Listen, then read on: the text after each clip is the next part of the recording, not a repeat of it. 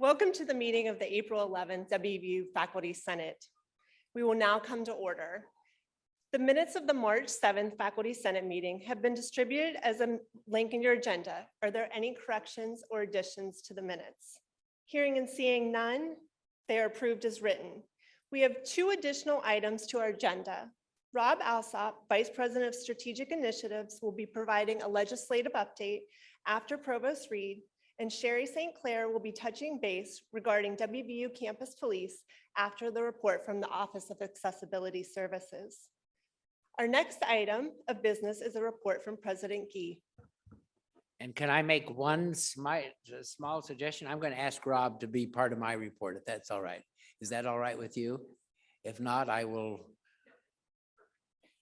Okay, that's great. Thank you. Well, first of all, I don't know where everyone is, but we've got some people here. Isn't it great to be in big boy clothes and having an opportunity to be here, even though they forgot to turn on the heat in this place? So it's really it really is terrific to be back in person. And I just want to say to all of our faculty colleagues, those on the Senate and those who have not served, that it's been a valiant effort over the last 2 years. And the fact that I think this is the first time we have gathered in person is since March of 2020. I believe that's right.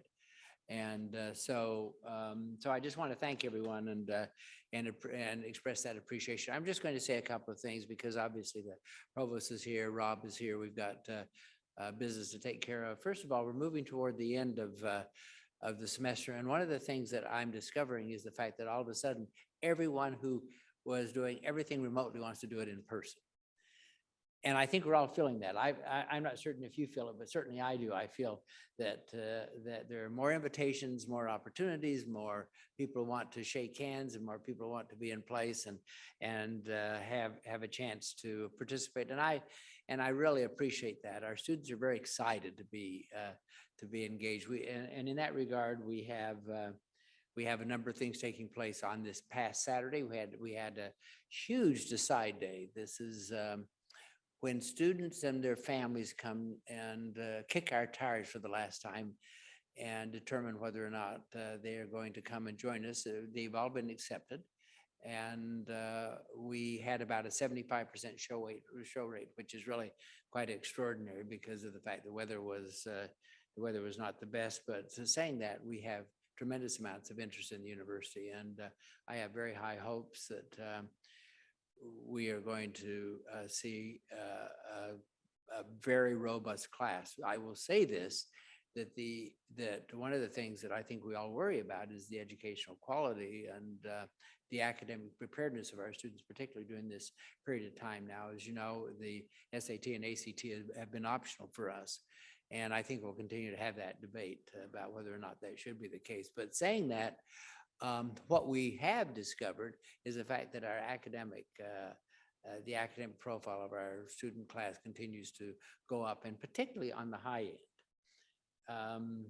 This year we, for example, with our Buckley scholarships, we offered 20 students a Buckley scholarship. All 20 of them came, which is unusual. Generally, we have to go into our wait list, and we now have we have 5 foundation scholars. 4 of the 5 that we have offered have now accepted the foundation scholarship, and we expect the 5th one to do so. High, and as you know, both the Buckley scholars and the foundation scholars are students who literally could go anywhere, and they have offers all over. I remember several years ago, the young lady that, by the way, who is now going to be a first-year medical student,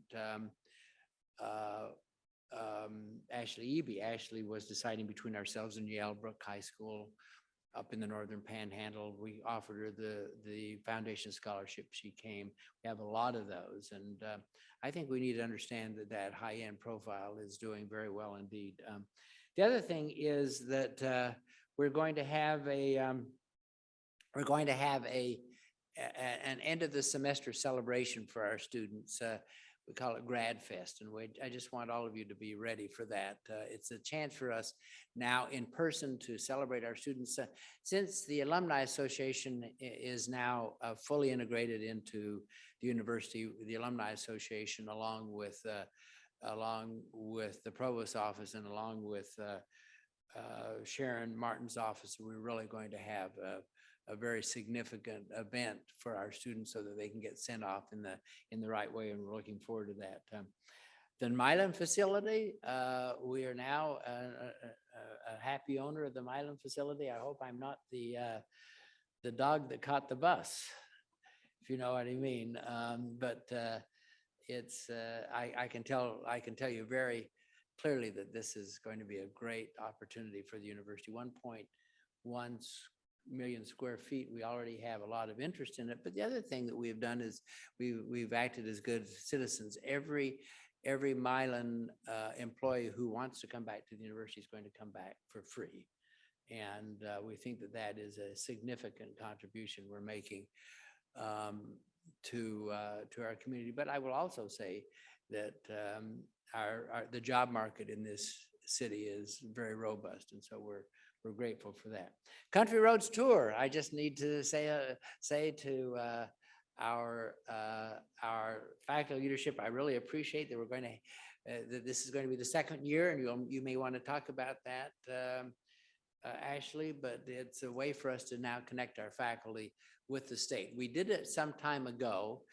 And then over the years, it has sort of atrophied. But last year, the leadership of our faculty determined that was an important thing for us to do. And I am so pleased that we're going to be able to continue that. And that will coincide with my 55 county tour. And I'm going to try to be in all 55 counties this summer. So that will be great fun. Finally, what I'd like to say is that we had a wonderful, comparatively wonderful legislative session. And from start to finish, I think that our team did a terrific job. And so what I wanted to do is, part of my report is to ask Rob Alsop, who I think is somewhere in the ether, to talk about that. And then actually I'll take any questions at the end of that, if that's all right. Okay. Rob? I'm here. Can you hear me? Okay.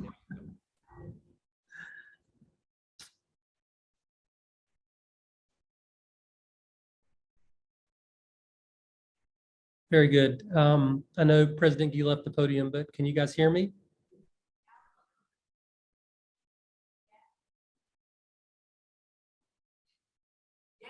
Yes. Very good. Thank you. I'll spend just a couple of minutes with an overview of the legislative session now that it's complete. First, let me start with the overall budget. The legislature passed the governor's budget largely intact. For WVU, from a base budget perspective, our appropriations on the overall grew by a little over $4 million. That $4 million will go towards a compensation adjustment program that'll be effective July 1 for the institution, and I'll get into a little bit of details here in just a couple of minutes from that perspective. The couple of things that changed with respect to the budget: the governor did propose a 2.5% one-time bonus. The legislature did not pass that, so they did pass money for general revenue funded salary increases, but they did not pass the bonus. One thing that did change that we worked on, as many of you know, and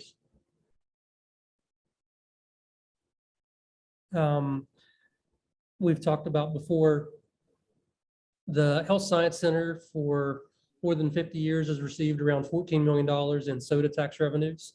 The legislature has once every 3 or 4 years for the past 20 years talked about repealing that. Over the 2 out of the past 3 years, we saw some significant opposition to the pop tax. The leadership in the Senate in particular indicated to us that they, from a policy perspective, wanted to do something different with the soda tax. And so we indicated that what we needed was a dedicated revenue stream for our Health Science Center. And so the legislature agreed with that proposition. And so instead of getting $14 million in soda tax revenues, we'll be getting $14 million in insurance premium tax dollars. It's a much more stable source of revenue. The insurance premium tax is common in just about every state. So instead of receiving, again, around $14 million of soda tax money, it's around $14 million of insurance premium tax. It should be seamless and to the university, and again, will be a set amount of $14 million. One of the things that the governor did propose, and he announced at his State of the State, and we've talked about before, but I'll go over it again, just to make sure we're all on the same page.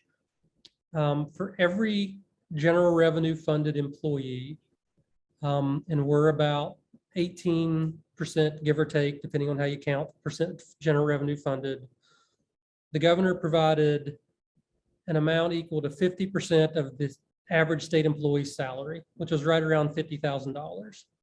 So for every general revenue funded employee, the governor provided that $2,500 amount.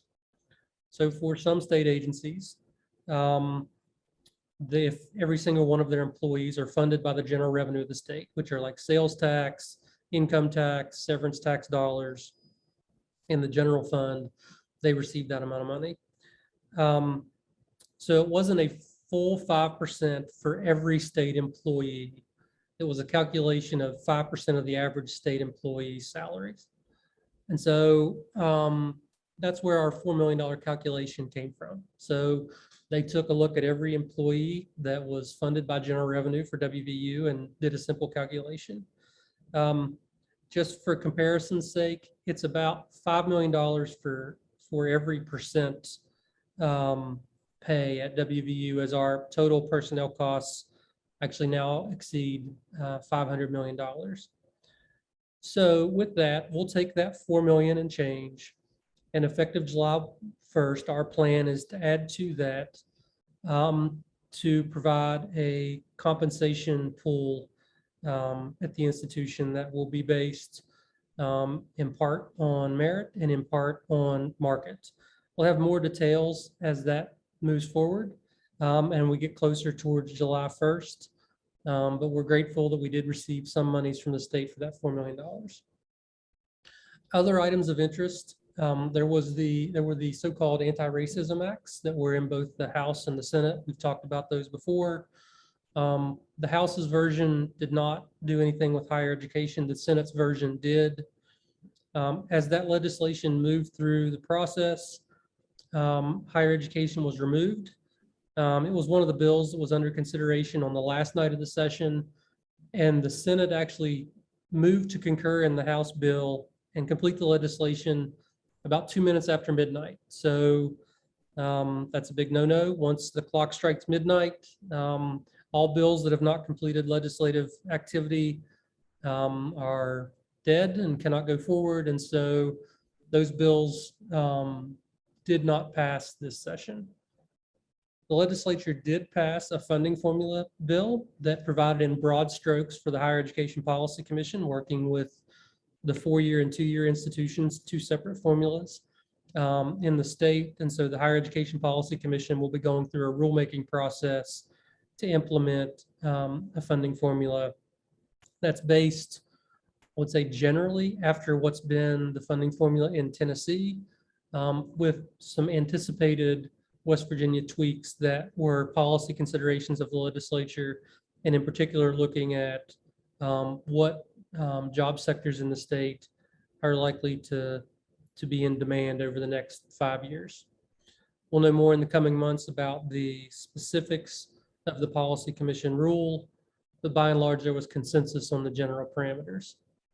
The legislature did give institutions of higher education the ability to issue debt for IT projects. It's something that we do not have the authority to do in the past, and we'll certainly take advantage of it as we work through the WVU modernization project.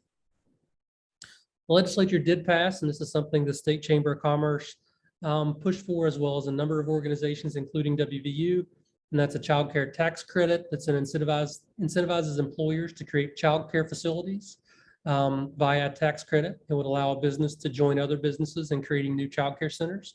So we're hopeful that that will spur some additional childcare opportunities in the state.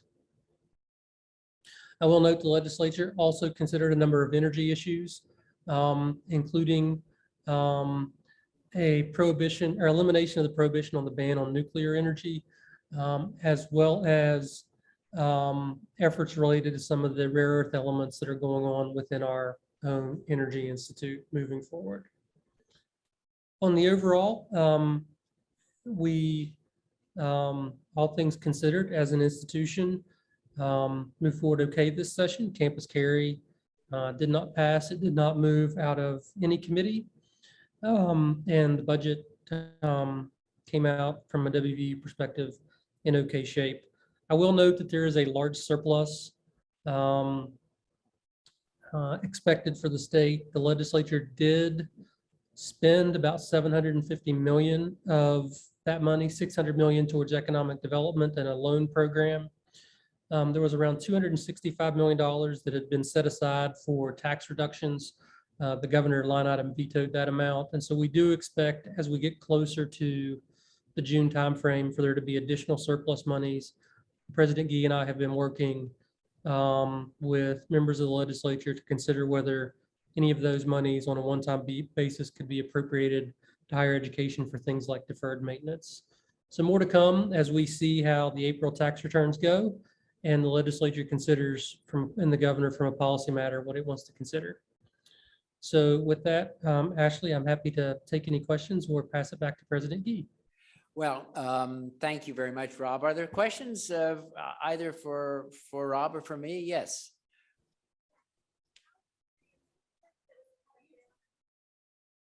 Yeah, if you can go to the microphone, please. Thank you. So I was concerned about the anti-racism bill, and I know it was down to the wire. Do we think that that might come up in the interims? Or if there are any interim sessions? Yeah, there's actually going to be an interim here on our campus, as a matter of fact. Rob, did you hear that? I did. So we've been given no indication by the governor's office. They are considering adding that legislation onto the call of the session. That's something we'll be watching for. I think the special session that they may have in April would be something that they'll work on some bills that were vetoed, but nothing, at least that I've heard so far, of any legislation that failed to pass. But it's something that we'll be watching for. It'll come down to whether the governor decides to put it on the call. And we have not heard any indication that he's likely to do that. Yeah, I think that, I think one thing that when they have a special session, the governor makes the call and he will state what he wants to have on the special session. And so as long as that isn't on there, then we don't have to worry about it. Other questions? Yes. Okay, great. Hi. Nicholas, okay, go ahead. Great. Can you hear me? Yeah. Sure. Great. Thank you. I have a question / comment about the Milan building. Well, I appreciate WVU acquiring that, and it seems like it can offer a lot of benefits for growth and innovation. As a citizen in Morgantown, I'm always concerned when property is lost from a tax revenue perspective. As we know, our roads are atrocious, our infrastructure is completely ill-prepared, especially for the type of rain events that we're experiencing. And I'm just kind of curious, does WVU take into account the effect of land acquisition within the city limits, of how that impacts the quality of life for our citizens as that tax base is lost from having a company come in? Yeah, so 2 points on that, and the answer is yes. So first, let me say a couple of things. If a company comes in and leases space, which we hope to have happen, they have to pay personal property taxes on any of the equipment that they have in the facility. And so that will happen regardless. Additionally, one of the things that the university did a few years ago is if we own property and we're renting it to somebody, that's something that's not our core. And so let me give you an example of that. About 10, 12 years ago, the university, 10 years ago now, the university bought the Suncrest Center. Steptoe and Johnson used to be there. It's across from the new parking garages, right by the Hampton Inn, just across from the Alumni Association. We actually now own the Applebee's. And so we actually have an agreement with the county commission where we charge the owner of the Applebee's as a private sector entity on those private sector activities, the amount of property taxes that would be paid if it was owned by a private entity. The same thing will occur with respect to the Beatrice facility. So it's our goal to rent that out to the private sector.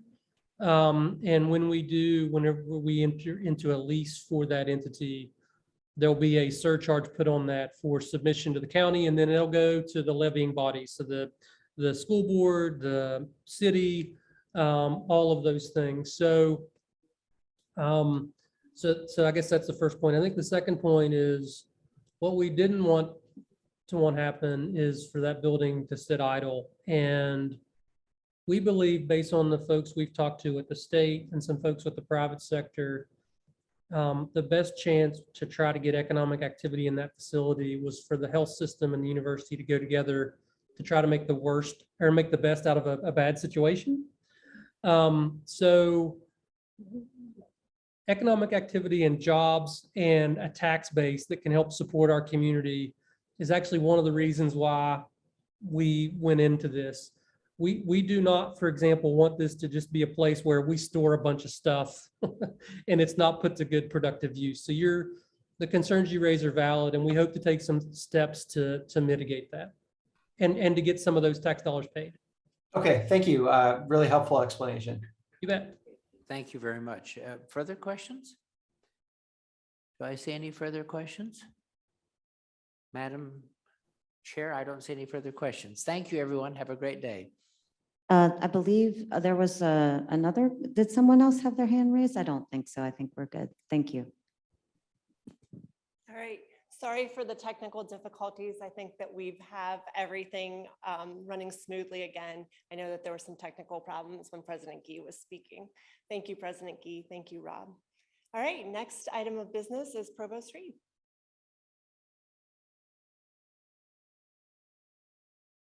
Thank you, Ashley. And I echo President Ghee in saying it is wonderful to see so many of you here today.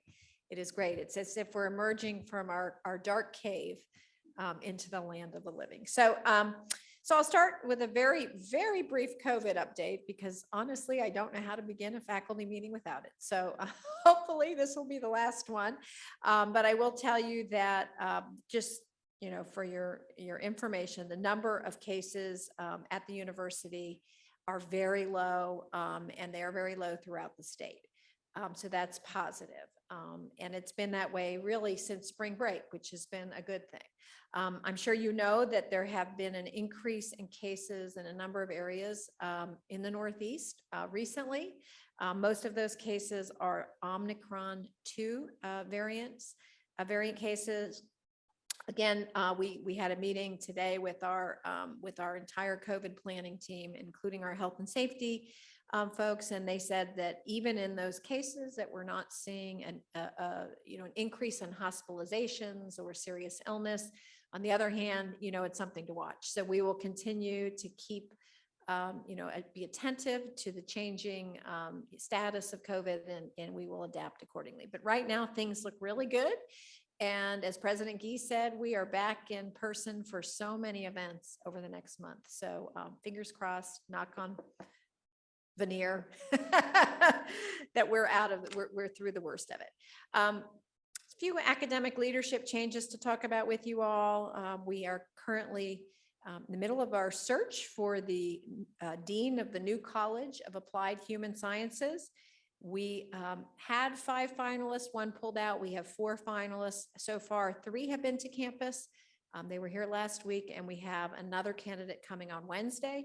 I will tell you that this is a very, very qualified and diverse pool, and we've gotten great feedback on some of our candidates. So we're excited about this person, and what we hope is We will get feedback from all the constituency groups, including faculty and the search committee and our leaders. And we would hope to make a decision, again, knock on Formica, by the end of this month, and hopefully have a really great new dean in place by July 1st. As you may have heard, Jennifer Orlikoff announced on April 1st that she is stepping down as the president at Potomac State. And she will be leaving here by the end of June. So we are working very quickly to find a replacement, whether that is as a permanent or an interim replacement, because we want to have a very smooth transition in leadership at Potomac State. So we will keep you apprised to how that process is going. We, in our office, are conducting the internal search for the Associate Provost for Academic Personnel. This is the position that was previously held by Presha Niedermeyer and by C.B. Wilson for many years prior to that. We've received a number of applications. We are currently reviewing those applications, and we hope to narrow that down to finalists that we interview the last week in April, which is coming up. We continue to focus on academic transformation and as well as communicating and engaging with the campus community about what we're doing. We have held we are holding a series of campus conversations this semester. We've had 3 to date. In March, we had a conversation about the budget model redesign. I don't know how many of you saw that or were there, but it was, I thought, a very informative presentation. Rob Alsop, Lisa Sharp, who's leading the effort, and as well as a representative from the Huron Consultancy Group presented at that conversation. And I was there as well. And we discussed the rationale for the budget redesign. In other words, why we're doing it and why we're doing it now. The process that we're undertaking, including the opportunities for engagement and the proposed timeline, as well as a discussion about the different types of budget models that are out there.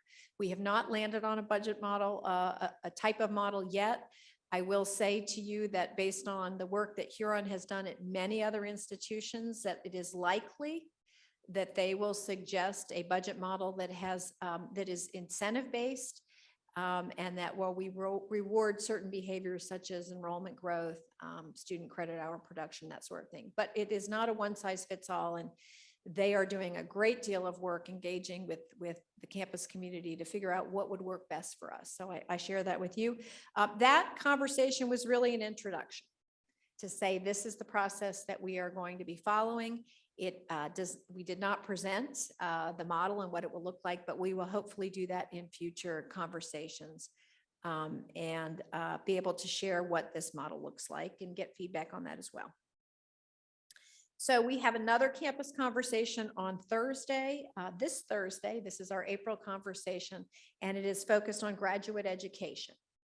We will be talking about a program portfolio review process for PhD and non-terminal master's degree programs, as well as sharing the results of a graduate tuition waiver analysis. And really talking about the way we use tuition waivers, both in terms of how they support assistantships, but also merit waivers. And so at that presentation will be Fred King to talk about our R1 mission and how graduate education contributes to that. Richard Thomas, our Associate Provost of Graduate Education, and Mark Gavin, our Associate Provost of Strategic Initiatives, to talk specifically about the waiver analysis. It will be Thursday at 11 o'clock in person at the Erickson Alumni Center, but there will also be a Zoom option. And then lastly, about academic transformation, we have completed our program portfolio process for undergraduate and terminal master's degree programs with our review of the programs in the Statler College. And as you may recall, we actually didn't include Statler last year because they were going through their ABET accreditation. We have finished that process. We are making several preliminary recommendations about programs of concern. We have shared those with the deans with the dean and with the department chairs, and we will be sharing it on our website, albeit in a little different way. So I wanted to share that with you. We heard quite clearly from our deans and some of our department chairs that sharing the information about specific programs on the website could hurt their ability to recruit students and to meet the enrollment targets that we set. So instead, we're going to provide more general information that says, here are the number of the programs. These are the number of programs we're recommending for elimination or for continuance with improvements. And, but you'll also, if you want to see what those specific programs are, there's an email address and you can ask and we will send those to you. Because we're not trying to hide anything. We're just trying to do what is in the best interest of the units and also the university. And then last but not least, this is the month of celebration, right? April is when we celebrate our outstanding students, faculty, and staff. And so I just wanted to remind you of some events coming up. First of all, this is Research Week. This is the week we celebrate the research contributions of our faculty and our students. And I don't know if Melanie Page, are you on the call? Because Melanie was going to say a few things and promote a couple of events that are happening this week. Melanie Page. I think Melanie may be on the attendee side. We could move her over. Yeah, do you want to do that, Robin? Sure. She's prepared to say a few things.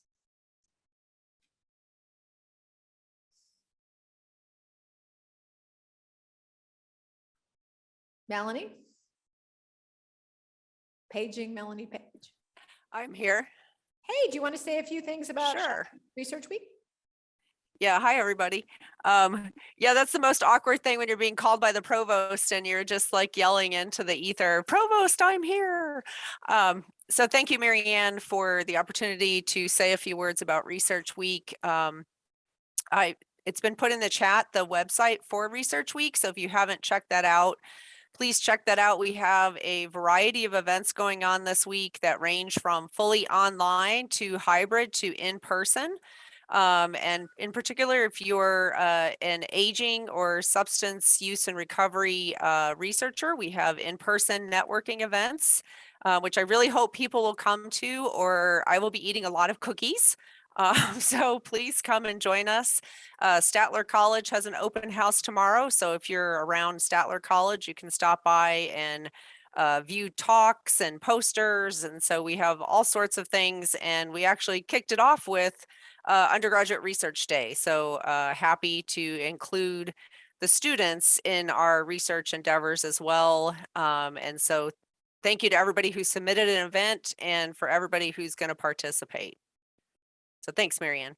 Yeah, thank you very much for that, Melanie. And everything wraps up with our long form scholarship celebration on April 18th, which will be at the Milano Room from 4 to 6 p.m.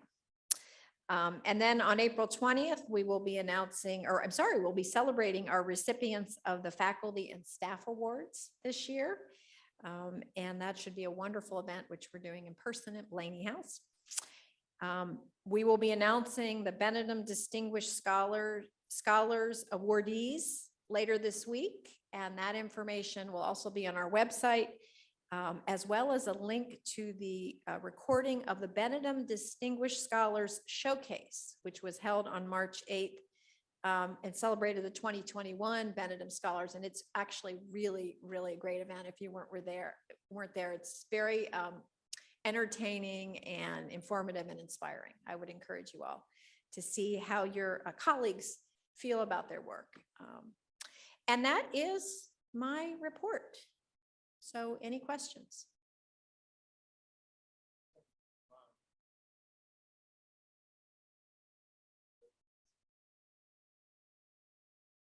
Hi, Rose. Hi, Provost Reed. How are you? Good. How are you doing? Good. I'm fine. Thank you. I had a question about the raising the graduate student stipends issue. It came to mind after, or came to my attention after I was hoping to be able to promise an incoming a hopeful incoming grad student with an increase. But so at our last faculty senate, what I remember hearing, but also what I see in the minutes, is that the university is committed to raising the minimum stipend for graduate assistants to $15,000 over the next 2 years, beginning fall 2022. I interpreted this as meaning, and the notes are suggesting that this would be the university raising the minimum stipend for all graduate assistants. It's my understanding that at the moment, the increase from the university is only going to go to those quite small number of graduate students who currently only receive this minimum sum of $13,500. I know that many grad students are actually paid more than that $13,500 because their departments or advisors have found ways to increase their funding. We do this in the Department of English, for example. Sorry, I forgot to say Rose Casey, English, Everly College. So I'm nearly done. We find ourselves in this position where departments who have found ways to top up graduate assistant stipends beyond this base rate are going to receive no additional funds. So, I mean, one might say that effectively programs who have found ways to top up grad stipends are offering a kind of subsidy to the university. I know that I had certainly hoped that we would be able to pass on that increase of $1,500 over 2 years to our grad students who work very hard and whose, you know, funding is on, it's not high compared to comparable institutions. And as we know, costs are increasing all the time. I was in the grocery store yesterday, horrified at the cost of everything. So I just wondered if, on the record and for everyone's sake, so we could all understand exactly where we're at, if you could clarify, A, do I understand this correctly, that the increase is not going to apply across the board to all grad students? And B, if there is any kind of consideration going forwards of how we might make such an increase apply across the board. Thank you. Very good question, Rose. And I want to say, I know that you are coming at this from a position of really wanting to help our grad students, and as are we. So you are correct in your interpretation of what we said and what we meant. Basically, let me just say that this was an effort, I would say, to immediately address the concerns of those students who are at the bottom, have the lowest pay scale, and who really are struggling the most. Graduate students came to us, they talked about this. We know there's some graduate students on food stamps. And so what we did is we looked at the resources we have and we said, what can we do to make a difference right now? And that is what we did. So what we did is we're able to make a, you know, it's relatively modest, but it's still a large contribution for us in our office to support those students who are, again, at the lowest of the pay scale. And just to say, for all of those students who are making less than $15,000, we want to get you up to that base. It in no way addresses the larger issue of, you know, of graduate education and the stipend issue. We know that. We know that some disciplines, the graduate students, the stipends are below what their peers are making. You know, that would have required a much larger investment, and one that we're not prepared to make at this point. But I would hope that through our process of academic transformation, that we will identify additional resources that we can direct to graduate education to address that larger issue. Thank you. Absolutely. Any other questions? Okay, great. Our next item of business is the Office of Accessibility Services is going to be presenting. They are joining us virtually, all 4 of them. All right, and I'm going to let you take it away. Are you able to share your PowerPoint? I believe you have it, but if you do not, please let me know. I saw it at the beginning of our time. Daniel, are you saying that you want us to share it? Either way is fine, but it might be easier for you to do so. Julie, are we able to do that? Hang on. Sure. I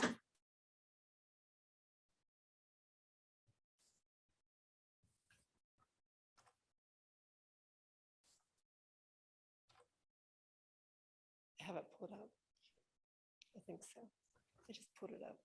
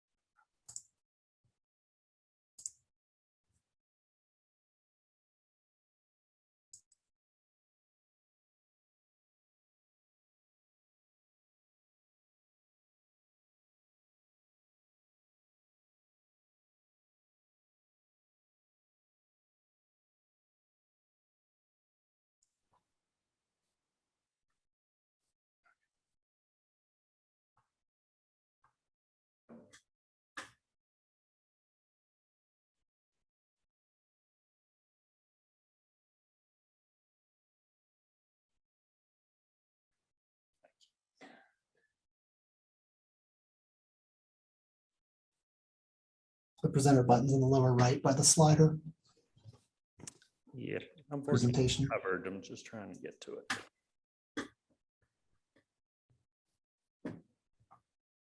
There we go.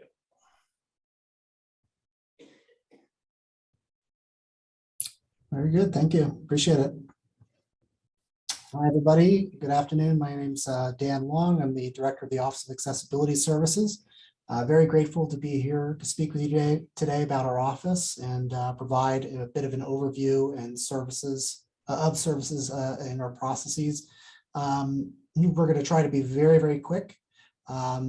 We're thankful to be here. We regularly meet with deans, department chairs, and faculty, but we always discover in our meetings with faculty that there's more awareness and education to spread. And it was suggested to us that Faculty Senate might be a good place to talk a little bit more about our services. So we appreciate the time. I'm joined here today by a few of my colleagues, just so that you all can see their faces and names, become familiar with them. We have Susan Hennigan, who's our Assistant Director over Accessibility Accommodations. Jason Capcala, or we call him Cap, he's Assistant Director of Captioning and Interpreting. And Lisa Stender, our Assistant Director over the Testing Center and of Assistive Technology. Go ahead to the next slide, please. So the Office of Accessibility Services is dedicated to ensuring equal access to our students with temporary and permanent disabilities.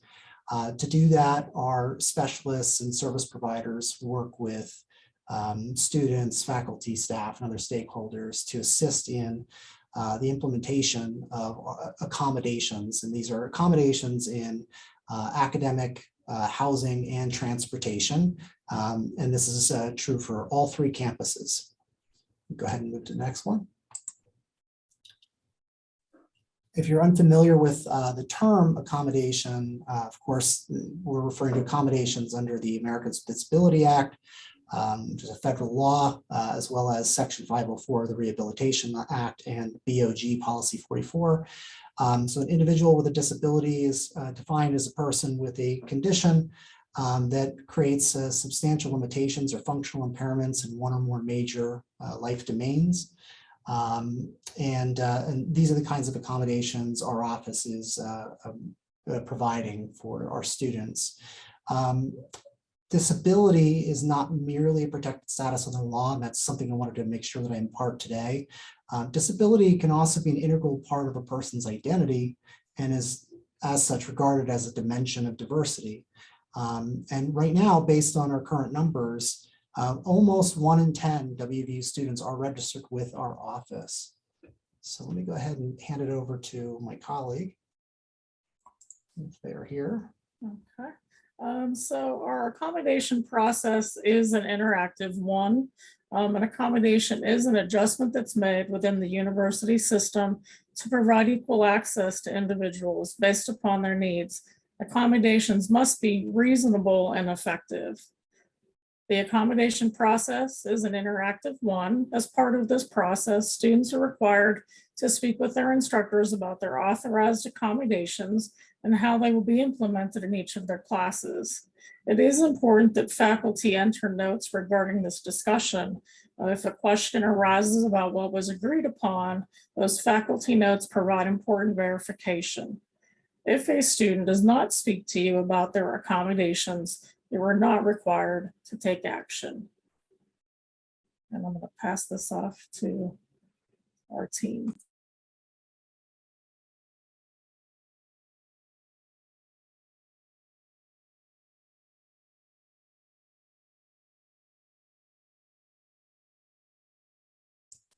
That's Lisa next.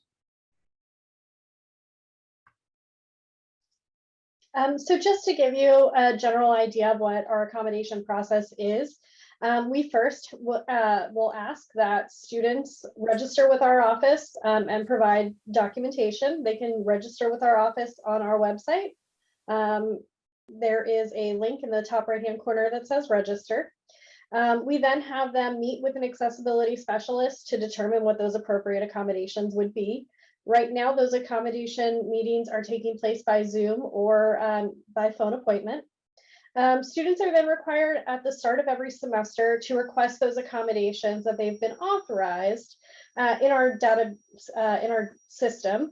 And that's when we will send those letters to you by email. Those emails will come to you by Mix. But you can also just visit our website and click on the SAM link at the top right-hand corner of the page and log in using your WVU credentials. Then faculty have about a 7-day process to implement those accommodations after they have discussed what that will look like with students. So each accommodation may be implemented for a student in a different way. That's why it's very necessary for faculty and students to have those conversations. Next slide. Okay, so we have a couple of accommodation myths that are common that we're going to close with. And just to kind of give you an idea, Lisa and I are going to go back and forth and look at a couple of these. If you could go to the next slide, please. So probably the most common question that we hear from faculty is, doesn't this accommodation give the student an unfair advantage?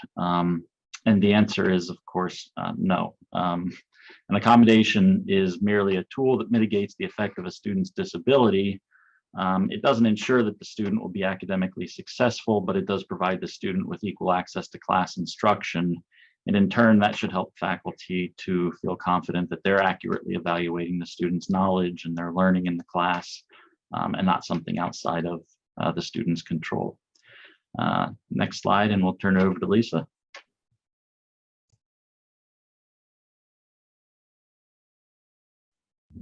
So another myth is that students are able to choose their accommodations when in fact our accessibility specialists sit down with them, as we mentioned, during an intake meeting to determine what the appropriate accommodations would be based on a student's medical documentation. The accommodations are then implemented individually according to the specific presentation of each student's functional limitations. Cap? So all colleges and universities are required by law to ensure equal access, and that's where accommodations come in. If an instructor has questions about the logistics of implementing a particular accommodation, or if they believe that a student's asking for something that falls outside of the scope of their accommodations, then they absolutely can and should reach out to our office.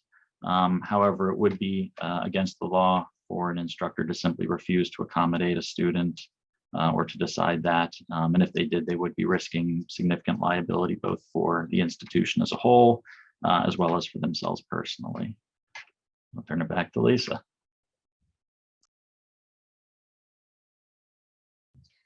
So another misconception is often that OAS is here to serve as the long arm of the law. Again, we're not here to serve as that. We are here to support both faculty and students during that interactive process to help ensure that the students are being implemented, their accommodations are being implemented correctly and appropriately.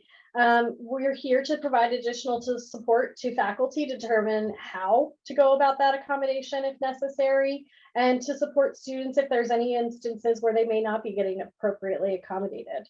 But again, we don't run compliance investigations. That's not what our office is here to do. So.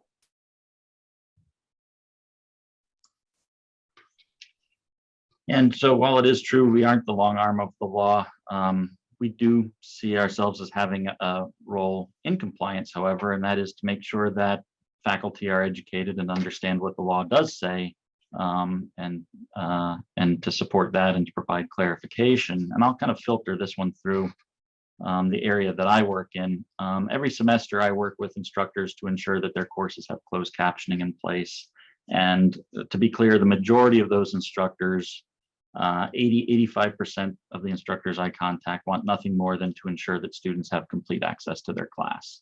The other 15-20% can be very reactive when I reach out, and in those conversations, I always take them at their word when they say that they're busy or that they're overworked, but I also remind them that students with disabilities have the same rights under the law as every other student in their class, and we don't just get to teach them when it's quick or convenient. Fortunately, most of our accommodations are not time intensive, and the few that are, such as creating closed captions, get handled by our office. But what I would emphasize is more often than not, refusing to accommodate a student is really what winds up being most time consuming for faculty. And so I'm going to turn things over to Dan, and we'll wrap up with a few questions. Thank you very much.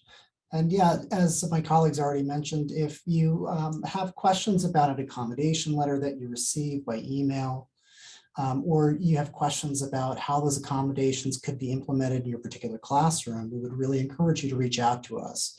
We want to enter that interactive process with you and the student to ensure that those accommodations are implemented effectively for the student, and also in adherence to the technical standards of the class.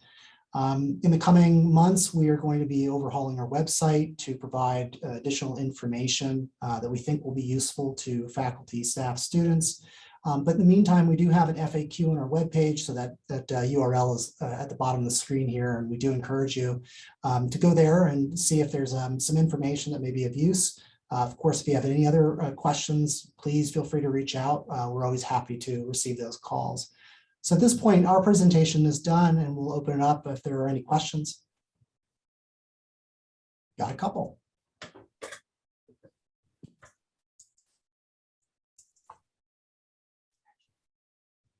There's a question in the chat that says, is it true that students have to submit their accommodation requests every semester for all of their classes? This would seem to be a burden for students, and these accommodations should be automatically sent to all instructors for students at the start of each term. Thank you for the question. In fact, that is something that is required of students because students may not wish to have all of their accommodations implemented in every one of their classes. There may be some in which they feel those accommodations will be more helpful. And so that ability to select the classes in which they're going to have their accommodations is like a baked in feature that's really meant to operate in the service of their needs. I see a few hands raised. I don't know who was first, so I'll just call them out, I guess. I see one from Assad. Yes, I'm Assad Dawali from Beckley campus. I was wondering if your office assists, accommodate, or cooperate with divisional campuses as well. So if it's WVU related and there's like a rotation, clinical duty, those kinds of things, then yes, we can be involved. However, depending on what we're discussing, where we're discussing, we also may have to take into account what the facility or the rotation site has to say as well. They need to be included in that process. Thank you. Yeah, you're welcome. Olga? Yes, I have a question. Should we encourage students who have a right to have their accommodations? You know, in the beginning of the semester, they will talk to me, for instance, say, well, hey, I have this letter for accommodations. And so I would say, yes, of course, I can help you. And then they don't want to use extra time. They don't want to use that. And then after the first exam, it's a problem. And so I'm wondering if, I mean, I know that students also work with the advisors. I mean, to what extent it's also our role as faculty to kind of encourage them so that they don't get behind, or is it really their choice? And so we just accommodate if they ask us to accommodate. Thank you. Thanks for the question. It's the latter. We support students in requesting those accommodations to be implemented. And sometimes that means that we're watching what we anticipate will be maybe a negative outcome if they don't ask for those accommodations to be implemented. But as young adults and really under the law, we have to allow them to take the wheel and sort of lead that process. I see. Thank you. You're welcome. Thanks for the question, though. Parviz? Am I next? Yes. Yes. Yay, thank you. I just have a comment, and then at the end of my comment, if you want to make any statement, yeah. So no, it's essential, and there are students who really are getting benefit because they really need that.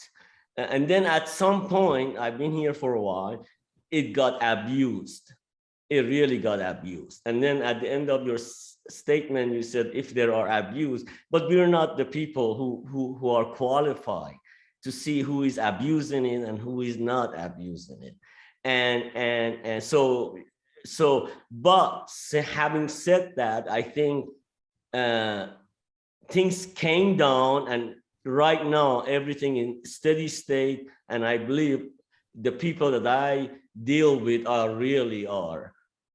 But what I'm saying is at some point about few years back, it really got bad. And thank you for your what you do. It's really essential for university and our students, regardless of the law. Thank you. Thank you for your comment. Andrew, I believe, is next. That's me. Sorry, I'm just getting my video on. Oh, you're fine. I'll lower my hand here. So one of the issues, and first of all, I agree with Parviz completely that we have no way to determine who really needs and who's trying to game the system. And I don't even try because it's a sensitive subject, right? But one of the issues that I have run into in recent years is just the students who are getting 100% extra time. Are there any limitations to that when it comes to like final exams? Because I know there's places they can go test, but a lot of our courses, especially here in the Statler College and a lot of other sciences, we need to be there for the students to answer questions, whether they need accommodations or not. So it's hard to let them go to a proctor because I think that actually is detrimental to them because they don't have the instructor to ask questions of. But if they get 100% extra time for a final that we set to be nominally could be done in an hour and a half by some of the better students, and these students are taking 4 to 5 hours, that's a huge burden on us, especially during final exam time. So is there a limit to, the amount of time allowed on any one exam? Because I believe 4 hours just seems excessive. And it winds up being more than 4 hours because we go and we do the normal exam and then we have to pack up our stuff and take the students somewhere else, and there's that added time. So that's my primary question because it has been an issue for me in recent years. Thanks for the question. I'd like to offer a couple thoughts on this, but let me first ask if my colleagues wish to speak to any part of that before I provide you with some reply. There's one thing I want to just clarify that was on one of the slides that I presented. A couple of people have mentioned it now, and I want to make sure that there isn't some confusion. But we don't expect in the Office of Accessibility Services for instructors to be determining whether or not students are authorized for an accommodation or should be authorized, or whether they're using it, honestly or not. But there are some things that as an instructor, you receive a letter of accommodation that says the student receives, for example, 100% extra time. If the student comes to you and says, well, I'm supposed to be allowed to use 200% extra time, or I'm allowed to break this exam up over multiple days, or something that isn't in that letter, then you absolutely should feel free to reach out to us and say, the student's asking for something. I don't see it written anywhere. They're saying they're allowed to do this, or they're saying they have this accommodation, but it's not in the letter. That's the kind of thing that we're referring to, not sort of judgment calls about the state of their disability. Just if you're being asked to do things and you don't see it corresponding with the information that you've received from our office. Yeah, I'll just simply say if you're receiving an accommodation letter, that means that a person's identifying as having a disability. They've gone through our process, submitted appropriate medical documentation, had that reviewed by a specialist, and then there was some determination about which accommodations would be best suited for them.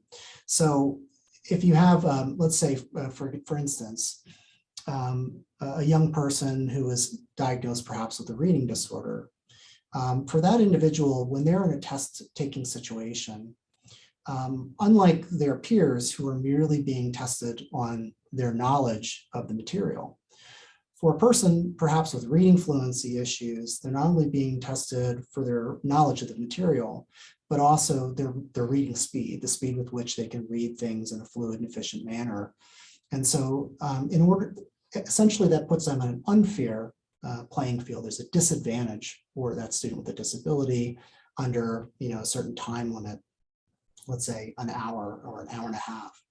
So what our office does is we try to level that playing field by authorizing an accommodation that enables them to have equal access and to demonstrate their knowledge of the material.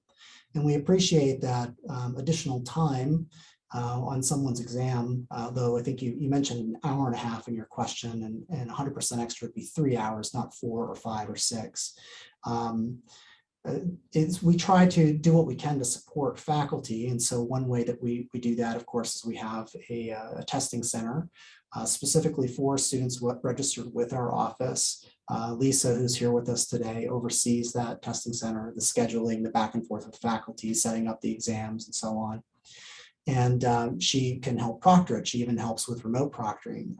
To answer your question about having faculty available, I would say, if there are concerns about that, please let us know. We've been able to accommodate, again, this is how we sort of facilitate that interactive process or try to help assist with the implementation of accommodations. There have been times where we've been able to work things out. So if a student has a question, the faculty member may not be physically present, but they may be available at that time to answer an email or to pick up a phone. So again, these are things that I think can be discussed, but it's in support of a person's disability rights.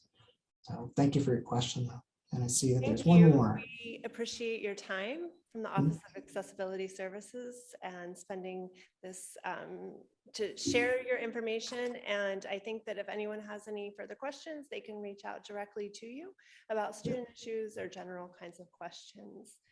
We next want to welcome Sherry St. Clair, WVU's first female chief of police.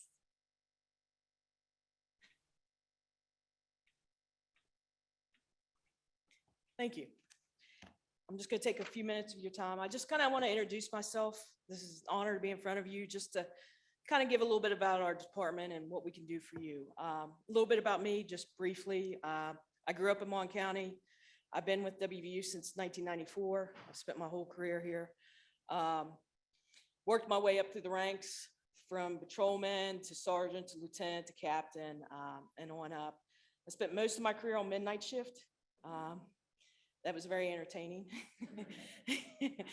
But anyways, I want to make sure you guys know we're here for you. If you guys have problems, if you see security problems, if you see anything out of line, don't hesitate to call us so we can try to address that problem. One of the things when I did start was I stopped and talked to all the officers. I brought them in one-on-one, kind of met with them, see what kind of things they're seeing out there. A lot of it, they wanted some more training, so we're doing a lot more training with our guys now, trying to get them up to speed with everything. We did change their shifts around. You're going to see our patrol guys are working 12-hour shifts now instead of that. So they get an extra time off. They get extra space off. What we realize a lot of our population likes their time off. So they're doing 12 hours. Seems to be working good attitude now.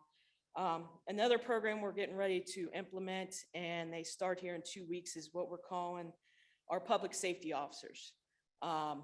They're full-time employees. They're civilians. They're not going to be certified officers, but they're going to be part of us. They're going to be boots on the ground, ears. They'll have our radios. We'll give them some basic skills. They're about four weeks in training, and they'll be out walking campus.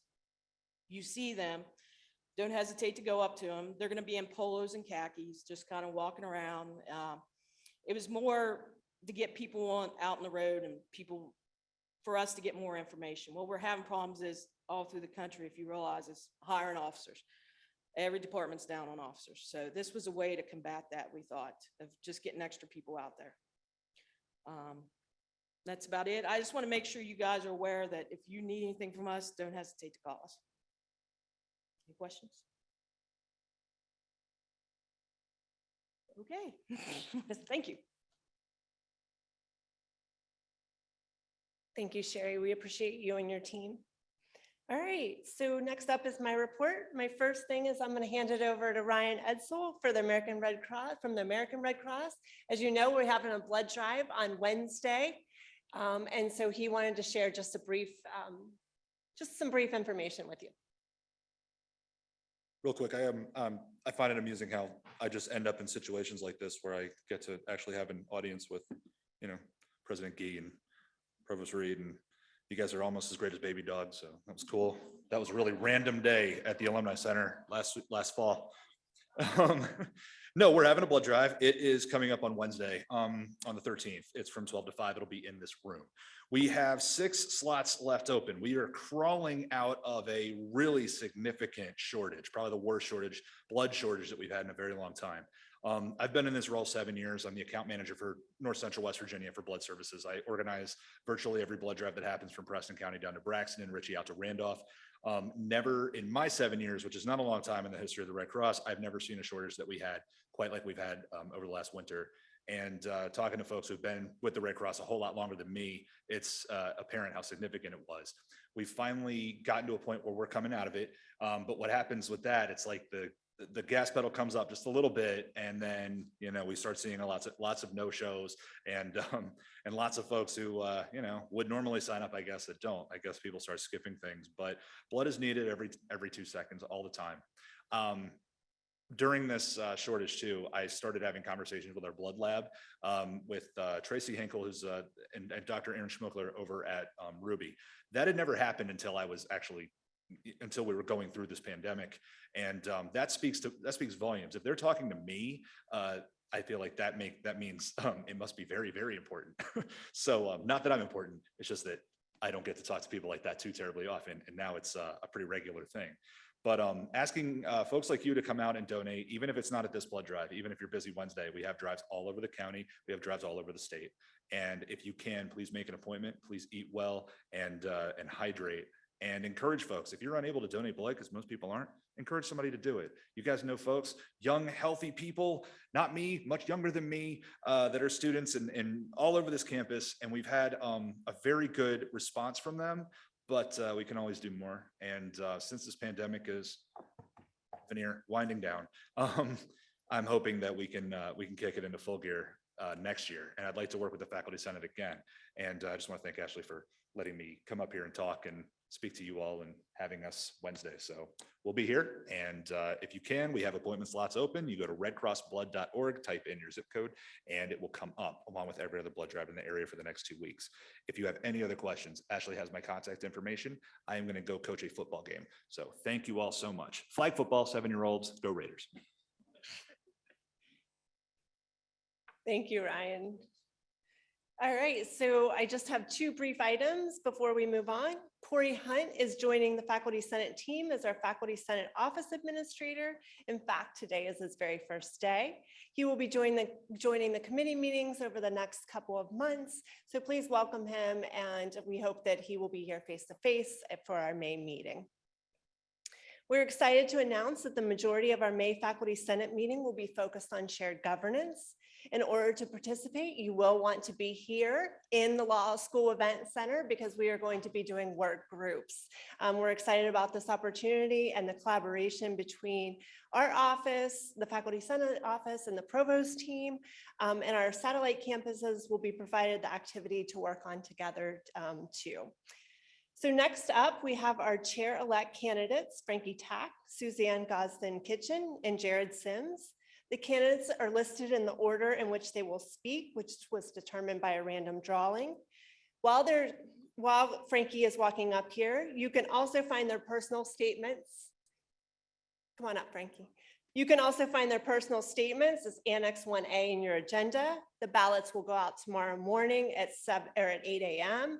They will be open for 7 days, and the results of the election will be shared at the May meeting. Frankie? Thank you, Ashley. We should have rehearsed. I didn't know that was my cue. Good afternoon. I was beyond humbled when I was approached by two highly respected colleagues in the hall to consider accepting nomination for the position of Faculty Senate Chair-elect. I've observed in my time at WVU that this is a position of leadership within the faculty that is weighty, impactful, and visible. And for these reasons, I considered carefully before accepting their invitation. Though I am clear that this role will stretch me if I'm elected and bring many opportunities for additional learning about WVU and beyond, I believe that at this stage of my career, I have gained service and leadership skills that I can bring to bear in shepherding Faculty Senate and its role in the shared governance of the university. Between my previous institutions and WVU, I've been in academia full-time for 11 years, serving 14 years prior to that in clinical addiction settings, after changing careers from industrial engineering, during which time I worked in textiles and public utilities industries. Throughout my career, most of my roles have involved formal leadership in one capacity or another, including service as a clinical supervisor, manager, and director, as well as program chair and coordinator roles in the academic setting. I currently serve as program coordinator for the Mental Health and Addiction Studies degree program and associated minors in the now College of Education and Human Services, soon to be Applied Human Sciences. Informally, I've led a variety of project and program development teams, and I participate on research teams that have a shared egalitarian leadership model. In addition to my role as Faculty Senate, I've served on my college's Faculty Executive Committee, my department's P&T Committee, and collaborated with leaders in the Provost's office, all of which have helped inform me about the institutional functioning of WVU.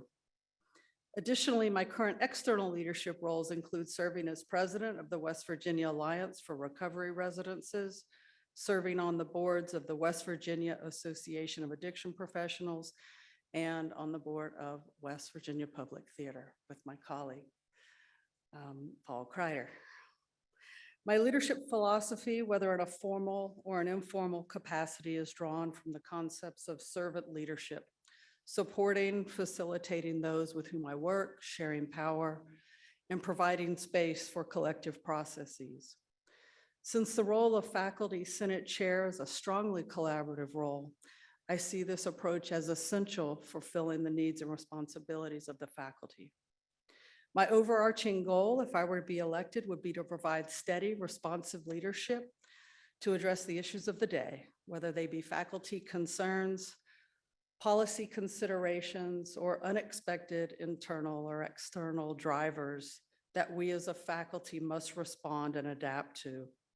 It would be my foremost intention that all senators and others bringing business before Faculty Senate have a voice and are heard.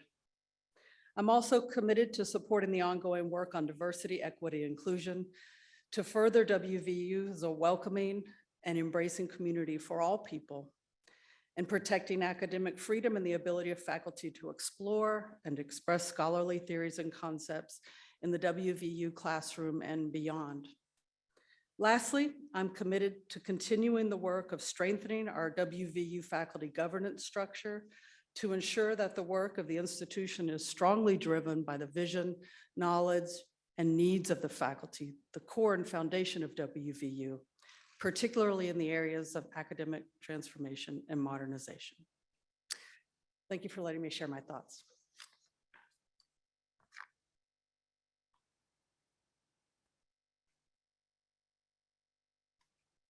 Next, we have Suzanne Godston Kitchen. Suzanne?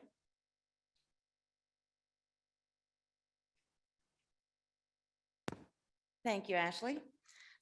Hello, senators and the university community that might be with us here today or online. My name is Dr. Suzanne Gosden Kitchen. I'm here from Chambers College of Business and Economics, and I'm one of the 3 candidates running for Faculty Senate Chair. I have to tell you, I've worked with Frankie on other committees and on projects before, and she is incredibly trustworthy and very forthright, and I think I'm going to vote for her, actually. She's a great candidate. And Jared, you and I have never worked together before, but I have been to some of your performances and spot on. I mean, you bring it when you're on stage. So we would be in good hands with him as well. But I'm here to talk about me for just a minute. I made a couple of notes here on one piece of paper. My kid told me I couldn't do it in 3 minutes, and it's true, I probably can't. I have a statement that was published with the agenda, and you can read that if you'd like, but I would instead just like to spend a few minutes and tell you that when I started teaching at the university, part-time I think was in 2001, full-time I came on in 2011. I was incredibly focused on making sure I provided a good student experience for the students in my classroom and for students who were elsewhere that might, be within my reach somewhere. And I did that because I am a first-generation college attendee, and I knew what my own experiences were like, and I wanted to make theirs really better than mine were. And so I focused on that forever and forever. And then when I first got elected to Faculty Senate, which I believe was 2017, for the first time I realized that there was a faculty experience, and I hadn't been paying attention to it. Not my own, and certainly not your all's either. But it came to light here in this organization, in Faculty Senate. I was able to hear the experiences of faculty members within their own colleges, within their own departments, within their own career progression. And it made me really passionate about our own path forward. And so if you'd like to say, what is your platform? I'll tell you, my platform is faculty welfare. I'm very interested in this right now. I'm very interested in shared governance. Perhaps all of us are. Frankie mentioned it as well. Those are the areas I'd like to spend a lot of time focusing on if I'm elected. Additionally, I have to tell you that the person who's elected at this election is going to be part of our Board of Governors. And so I'm very excited to possibly be the representative on Board of Governors. So I think it's a 2-year term. I think that's something that would be wonderful, and representing all faculty members would be a feather in my cap, and I would do you justice shortly. So I would like you to consider voting for me, but if you do not, you're going to be in great hands with either the people that we've got. Thank you.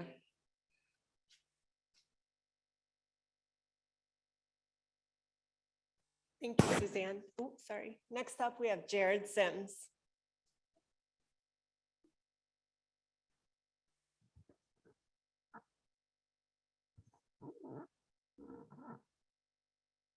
Hello, everyone. I'm Jared Sims, Director of the Jazz Studies Program. I earned my undergrad degree here at West Virginia University. I can attest to the fact that there are exceptional teachers and instructors here. I'm confident that the students here get an education that's a high enough level that they're able to achieve their goals.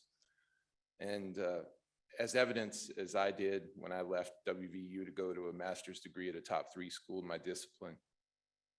I've taught at 6 different colleges and universities before coming to WVU. And it was my experience here as an undergrad that provided the benchmark for teaching excellence in my career. Many of you know me as being an advocate for the arts and for advocating for the College of Creative Arts. However, if I'm chosen the chair of the Faculty Senate, I'm going to relish the opportunity to advocate for professors across the campus. I have a lot of respect for everybody here, the talents and efforts of all the faculty, regardless of category. In the past, I've served as an adjunct and contingent faculty member. So I'm very much empathizing with professors who are managing tough loads and low wages. If I'm selected for this role, I'm confident that I can engage in difficult conversations and speak respectfully, but also truthfully. I have an honest and sincere desire for WVU to serve the state of West Virginia. To me, this means the faculty are leaders in their respective fields, and we're able to connect what we're doing in Morgantown with the rest of the state. I do have honest concern that as we're aspiring to be at the highest level of teaching and research, that we need to remain steadfast in our mission to serve the state. I strongly believe that tenure for professors is one way we connect with the state and local region, as a community looks to us as university professors as leaders, and we have strong community based relationships. We have strong community relationships that could span decades. Here at the university, shared governance is incredibly important to me. There's got to be equitable representation of our faculty within the faculty senate, and the decisions that are made at the university need to be transparent. As evidenced by the data that's been presented at past Senate meetings, this is a really difficult moment for higher education. We're trying to balance fiscal realities with making decisions about program offerings. Academic transformation is clearly one of our current issues, and I will advocate that this is addressed with clarity and common sense. A one-size-fits-all approach to defining a variety of university programs could very well only serve to cheapen or diminish our students' holistic academic experience. I firmly believe that the role of the university is to advance students' thought processes rather than simply serve as job training centers. Thank you for your time. I'm very honored to be considered for the position. Thanks.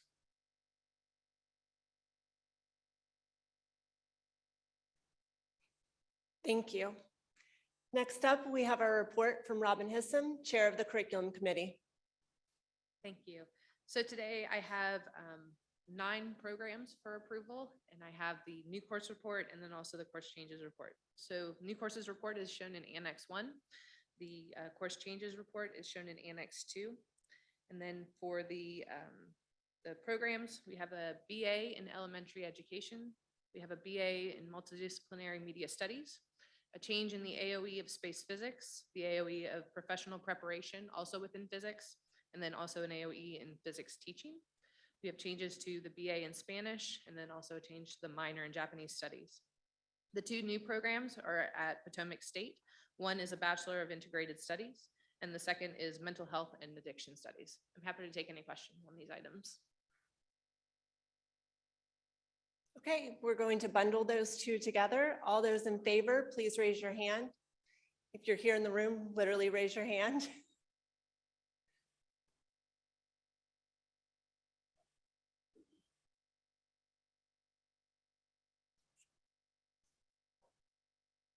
Okay, go ahead and lower your hands. No, did you? Okay, we're going to revote. We lost the connection. Sorry about that. And I had you clear your hands a little too fast. All those in favor, please raise your hand online only.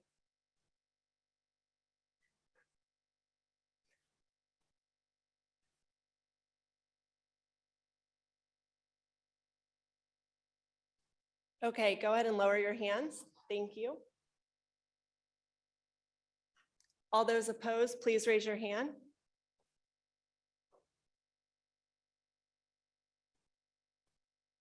Okay, thank you. Thank you, Robin. Thank you.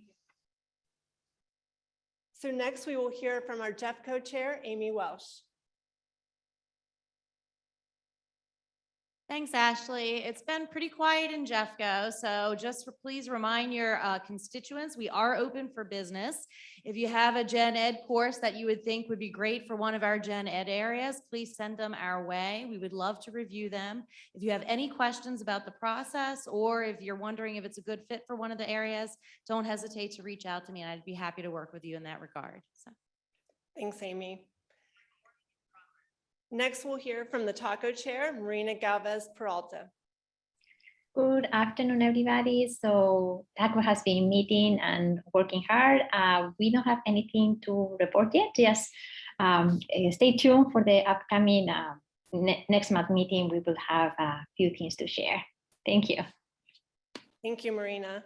Next, we'll hear from our Committee on Committees Chair, Anne Marie Hibbert. Thank you, Ashley, and my apologies for not being in person. I apologize to Ashley earlier. I just got back from an in-person conference, so I was actually looking forward to being in the room. I have 3 approval items. Ashley, do I need to read the first one aloud? No, but we're going to tease out the votes, the annexes for a vote. So we'll do one at a time. Okay.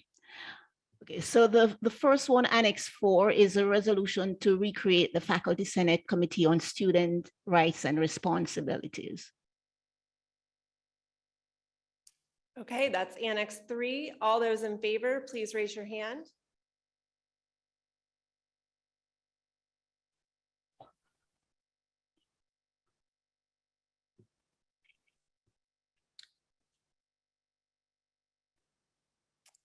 All right, go ahead and lower your hands. Thank you. All those opposed, please raise your hand.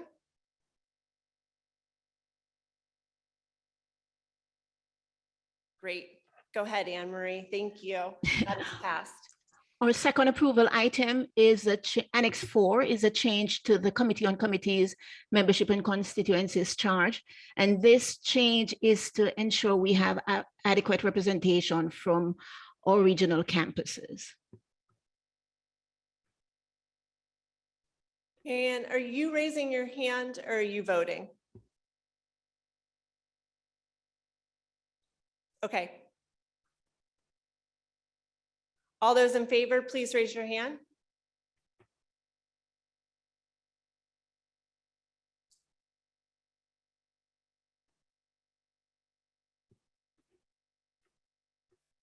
Great, thank you. Go ahead and lower your hands.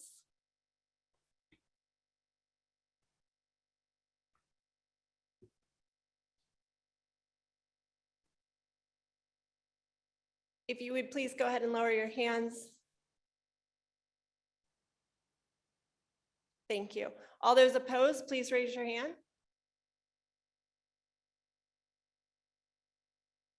All right, Anne Marie, that passed too. Thank you. Our final approval item, Annex 5, and this is a change to the charge of the Library Committee to more accurately reflect what they currently do. All those in favor, please raise your hand.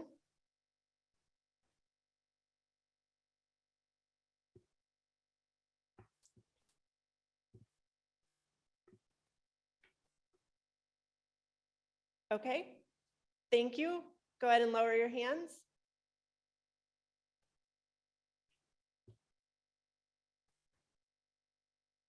All those opposed, please lower your hands. Okay, thank you, Anne Marie. Annex 3, 4, and 5 have passed. Next, we'll hear from our faculty representative to state government, Eloise Elliott.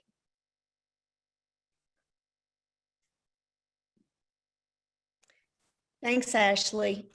I really don't have too much of a report since Rob was here and he gave everybody an update on all the legislative action that took place and that ended the session. I will say that, as you know, Senate Bill 498, the Anti-Racism Act, was really our big concern, one of our big concerns here in the faculty. And even though Faculty Senate was taken out in the end, and actually it didn't pass, as Rob said, at midnight. It was like 2 minutes after. But I do think it's something that we'll probably have to worry about next year. So we might want to think about a plan for how we're going to respond to that before it gets near the end like we did this time. But I do want to thank everybody who supported that resolution in March at the March meeting. Luckily, we didn't have to use it, but thank you. One last thing, the ACF, in conjunction with the Higher Education Policy Commission, sponsors a summer teaching institute, and it's a 3-day event in the summer in June, June the 20th through the 23rd at North Bend State Park. And we can send 4 faculty members to that. If you're interested and you didn't get an email about it, just contact, you can contact me or Melissa Latimer. We will send you more information, but we have to have it by May 1st. And I think that's it. Thank you. Any questions for Eloise?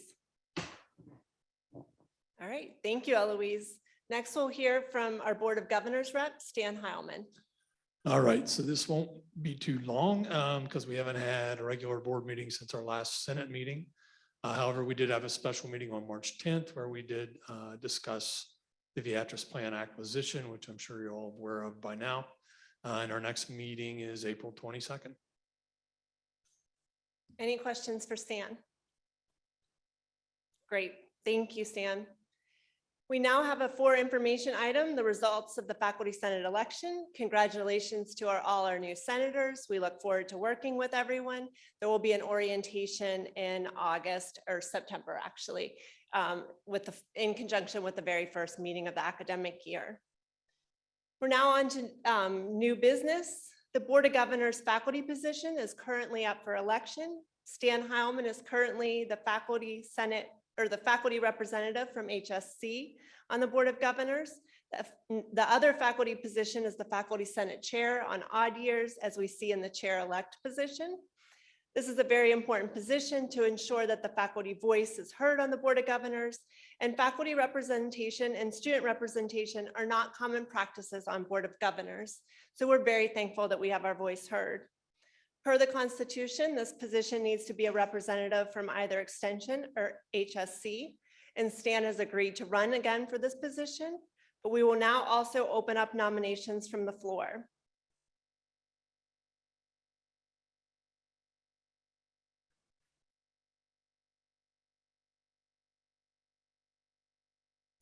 Hearing and seeing none, nominations are now closed. Is there any other new business?